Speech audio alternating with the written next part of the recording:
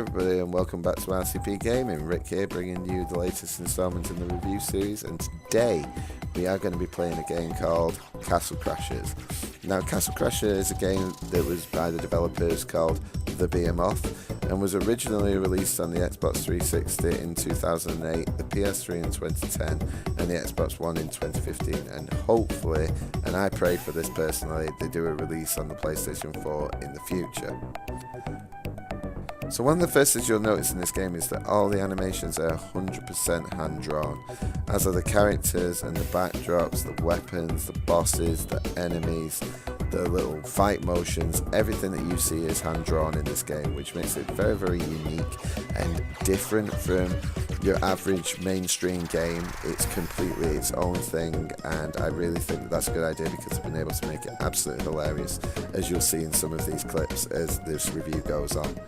So this game works as a side-scroller and is actually a nod back to the likes of Streets of Rage and Golden Axe, and it does it really, really well. It does it in such a funny way, as the enemies dropping weapons that you can use and collect to beat them with, as well as turkey legs for health boosts as well, and both of those things feature quite prominently in your Streets of Rage games and also your Golden Axe games. As you progress through, you'll achieve points which can be used to customise your character in different ways, such as strength, magic, defence, agility. And this is really important as it aids you in the later stages when you come across enemies that have their own unique abilities. So it becomes slightly more difficult in the game if you don't upgrade your abilities, so it really does help to keep on top of that, and you will need it in the later levels and the later bosses, as you'll find out for yourselves. So weapons are really comical as well, as you can attack enemies with a wide range of different things, from a sword and a shield to a leg of beef to a lightsaber. There quite literally is no limit to what you can bash and attack your enemies with in this level, and all the weapons have their own unique stats as well, so some are stronger than others while looking aesthetically different, and it's really, really fun and laughable to see what some of the weapons that you can attack your enemies with. So when you start this game as well, you choose your character, and while they all work in a similar way, they all have their own little differences, such as the Orange Knight having their flame ability, the Red Knight having lightning ability, and the Blue Knight having ice ability. Now my personal favourite is the Green Knight, as he has a poison ability that has status ailing effects, so if you shoot poison at them using your magic attack, it actually slowly kills that enemy. So I think that that's really good. And one of the other really fun things that you can do in this game as well is you can have pets. So you can actually collect pets, which are like little woodland creatures that pop up throughout the game, and they all have their own unique thing that they can do to help you. I'm not actually going to give too much away there because I want you guys to actually play this and enjoy it yourself, but certain little pets can help you find other pets, and you can only ever have one pet at a time on each level. So if you actually play through a stage and complete it, you can actually replay that stage with a different pet. So when you are progressing into the later stages of the game, you might need a certain pet to help you complete it. So it is important to certainly think about what pet you're going to use when you enter a new stage. So this game can be played in single player, but to get the most fun out of it, in my opinion, it's to be played in multiplayer, where it becomes so good working together with all your friends to take down the multiples of enemies and all those pesky bosses. Now if you don't have anybody to play with, don't worry, there is an online matchmaking option, meaning that you're never going to be short of somebody to play with. If you do die in single player, however, though, you will have to restart the stage from a certain point. However, in multiplayer, if you die, you can revive your friends at 0 extra enemies.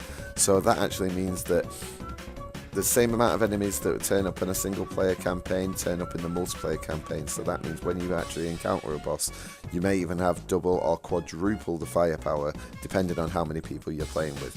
So the multiplayer actually allows you to go up to 4 knights, so you can actually have the flame, ice, lightning and the poison knight on screen at the same time.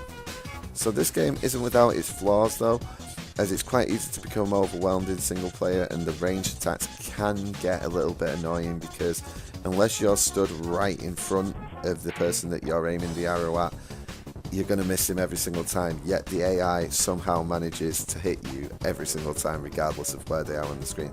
So that can be annoying, it can be very frustrating, but again, the pros outweigh the cons for me because it's really enjoyable. It was one of my favourite games on the PlayStation 3 and certainly on the Xbox 360 as well, where there were quite a lot of indie games to enjoy, and the replayability factor in this game is just endless for me. I think, you know, you can encounter any level with any different knight with any different ability at any time during the entire story, and you can also, as I've mentioned before, you've got the pets and the little woodland animals that can assist you in different ways. So I think it's wonderfully done, and there is not really a shortage of things to do if you get bored with the story, as there are little mini games in there as well, but I'm not going to ruin those for you because I want you guys to enjoy it and encounter it in your own way. So to summarise for me, Castle Crashers gets a 9.5 out of 10 because whether you like old school side strollers or RPGs, there's a lot of fun to be had, and I fully recommend it. It's beautifully handled, it's well drawn, and it has an absolutely hilarious story.